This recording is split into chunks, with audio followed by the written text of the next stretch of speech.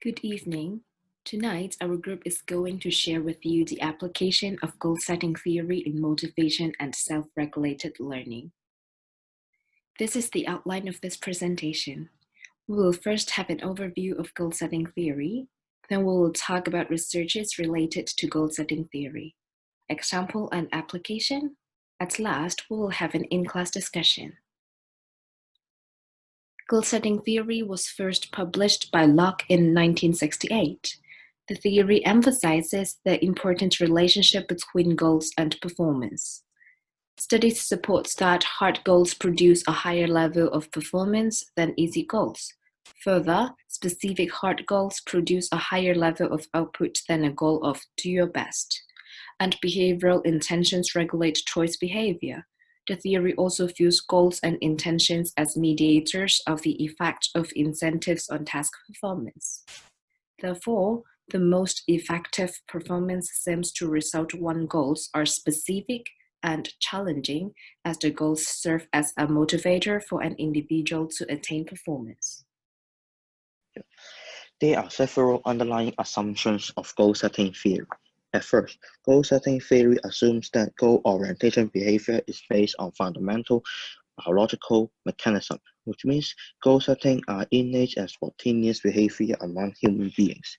Second, motivation is a goal-oriented process, while goal itself serves as a formal source of motivation. Moreover, goal-setting theory assumes that subsequent behavior reflects people's results of setting goals in a conscious and intentional way. Apart from that, there is another important feature worth mentioning it. The development of goal-setting theory relies on introspective reports which offer researchers valid data to establish this set of theory. In this session, mechanisms of goal-setting theory will be discussed. As mentioned earlier, goal itself serves as a farmer's source of motivation and the first step of the whole mechanism. Goals will be established based on specificity, difficulty, and purposes. Once the goals are set, people will start to provide efforts, develop strategies, determine the direction of actions. At the same time, when people set the goals and start to carry out actions, they will review their goals based on the commitment, meaning and purposes, feelings of own competence, complexity of tasks, as well as feedback from others. When all these are well settled, people will proceed with their own goals with actions. When people accomplish their goals with certain level of performance, they may receive feedback, rewards, and satisfaction from the goals. If people are satisfied with the rewards and outcomes, they will be more willing to commit new goals and challenges, and this will further affect the moderating factors which will influence people's performance and goal-oriented behavior later on. When implementing goal-setting theory, there are several effective principles to follow. The first one will be clarity. A goal must be specific and clear, which can be measured by specific indicators. Goals should also be explicit enough to see what behavior is desired and how it will reward. The second one will be challenging. That if a goal is challenging, people are more likely to be motivated to achieve it. There is a balance to be struck with this principle, whereas the goal should not unachievable but still be challenging. After that, it comes to commitment. Both goal setters and receivers need to reach consensus. Self-set goals will be much better to motivate people. Another principle will be feedback. It is crucial to offer regular feedback throughout the whole process. Feedback is helpful when people is halfway to completing the goal because feedback can serve as an opportunity to correct prior actions and strategies. The last one will be task complexity. People should break down their goals into several minor objectives when goals involve complex or highly technical. Apart from that, people shall also consider the time frame of accomplishing their goals, since unrealistic time expectation will make people overwhelming and less motivated. Half a century after goal-setting theory was proposed, there are some updates regarding the recent researches. First, it has long been assumed that when people participate in goal-setting process, they will be more motivated to do a task. However, the motivational effects of participation in setting goals are not significant as cognitive benefits brought by goal-setting process. It means the major benefits for participants were mainly based on the knowledge, exchange instead of an increase in motivation. Second, researchers have found out more about idea of learning and performance goals. When people are under time pressure, they may fail to produce results with high performance goals, since the pressure can pose limits to one's self-efficacy. In more recent researches, it shows that learning goals are especially effective when negative feedback is given on the performance of a highly complex task. The two goals can actually be assigned together as long as the cognitive load is not too high. Goal-setting theory. In past decades, there have been many research studied the relationship between goal setting and performance.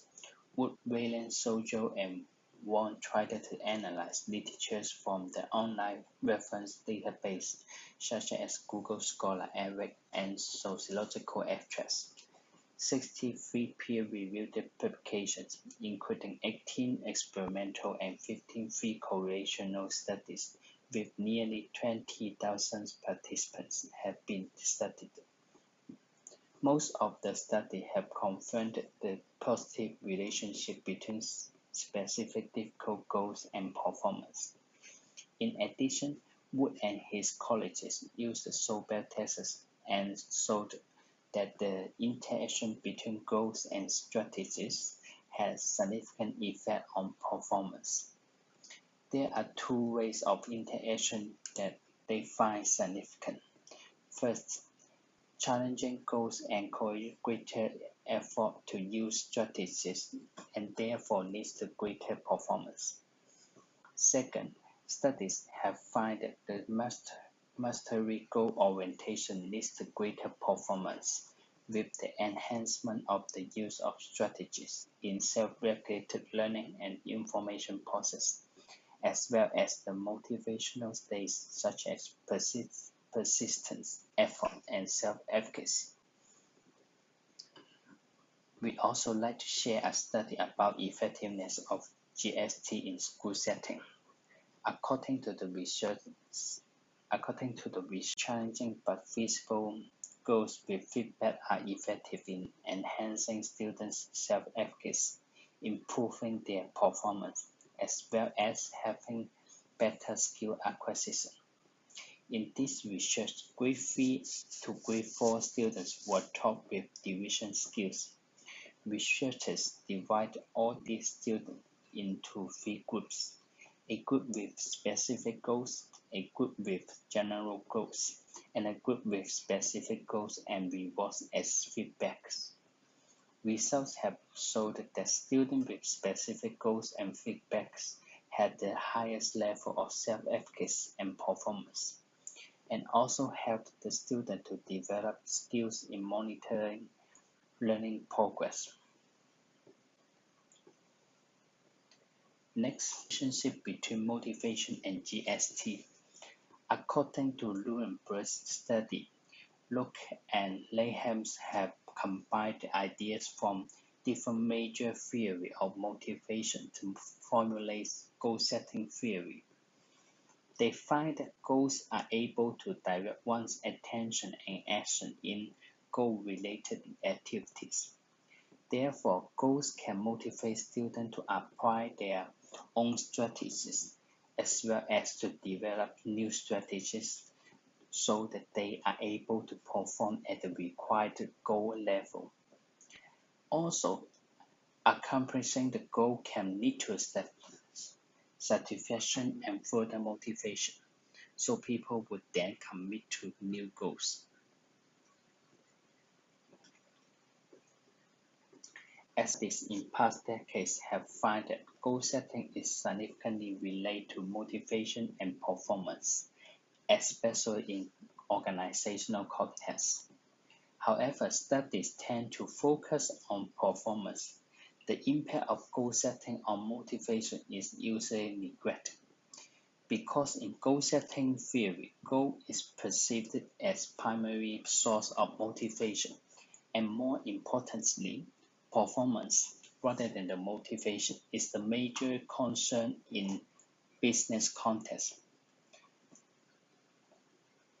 To further investigate goal setting on motivation, Science and Culvers has recently conducted an 8-week experimental study with 70 grade 3 and 4 students.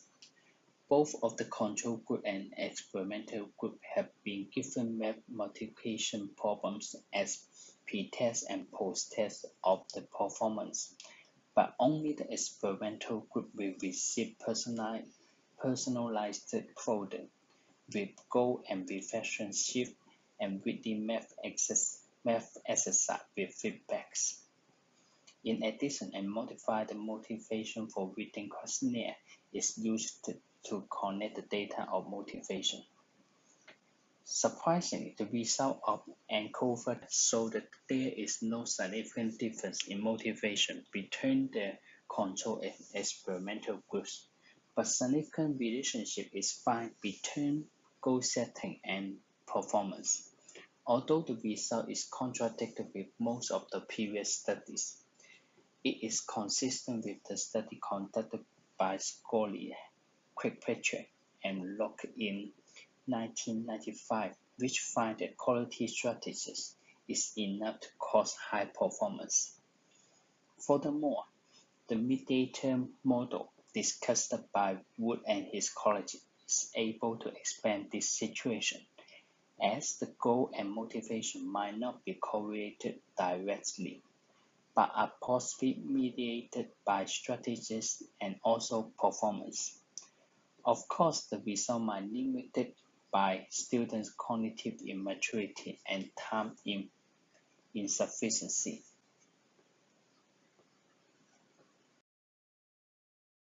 Hello everyone, I'm Stella Lam.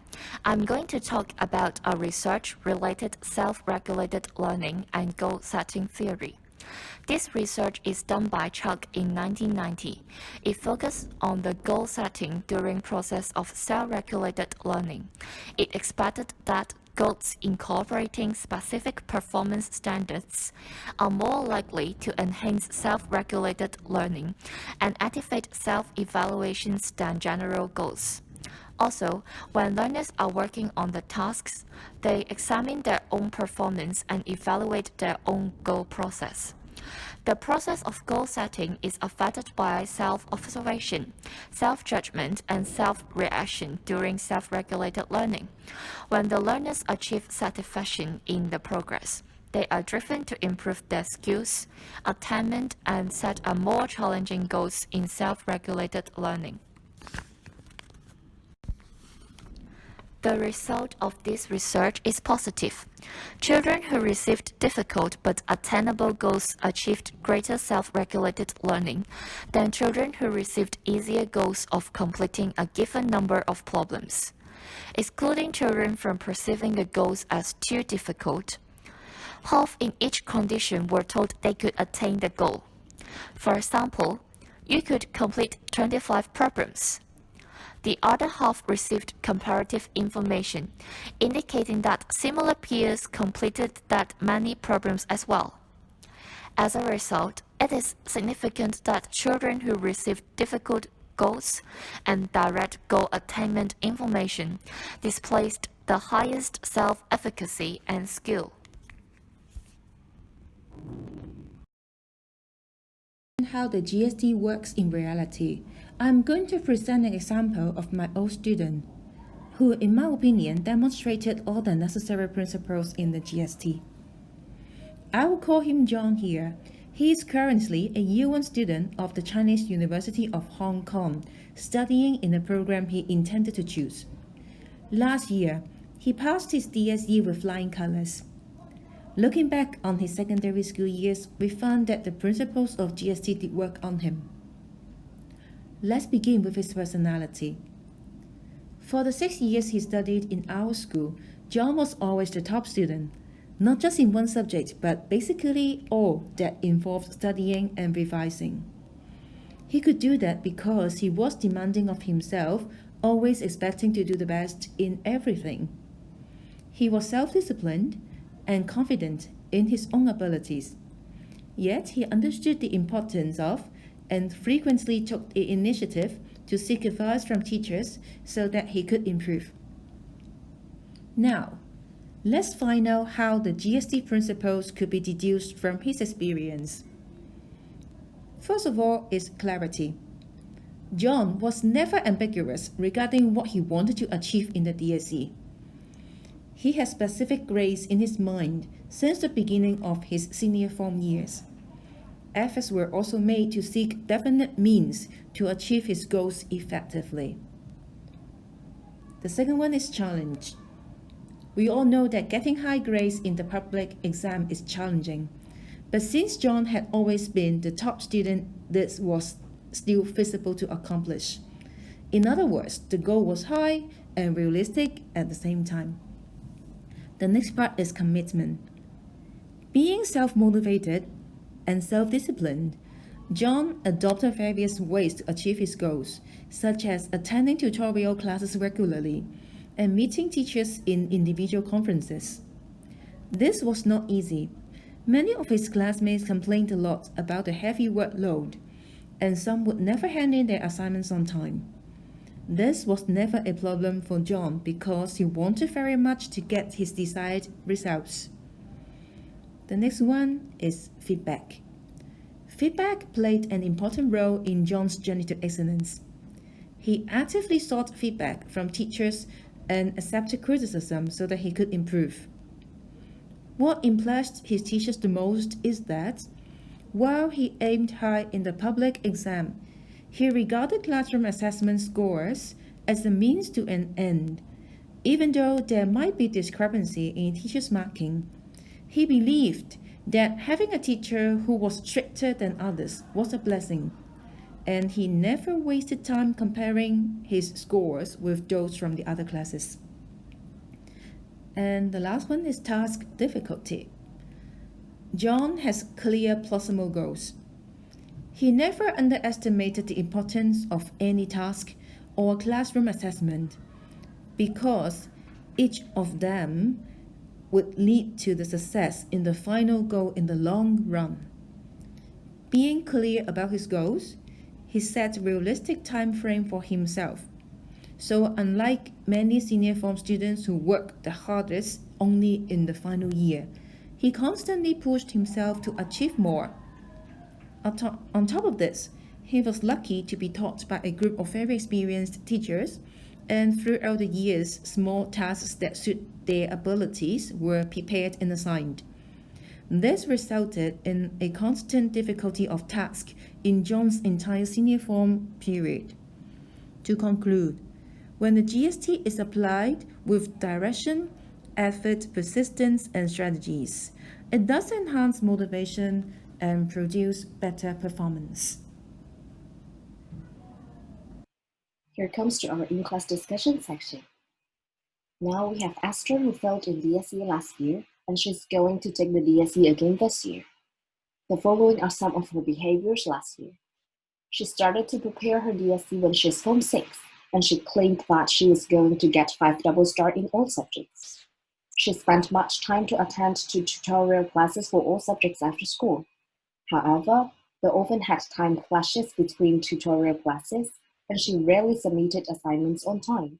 Last but not least, she used to play with her mobile phone after she started to study for a few minutes in coffee shops. So our question is, Esther has set a high goal, but she is unable to attain desirable performance. What are the possible reasons for this outcome, and how will you help Esther to retake this exam this year?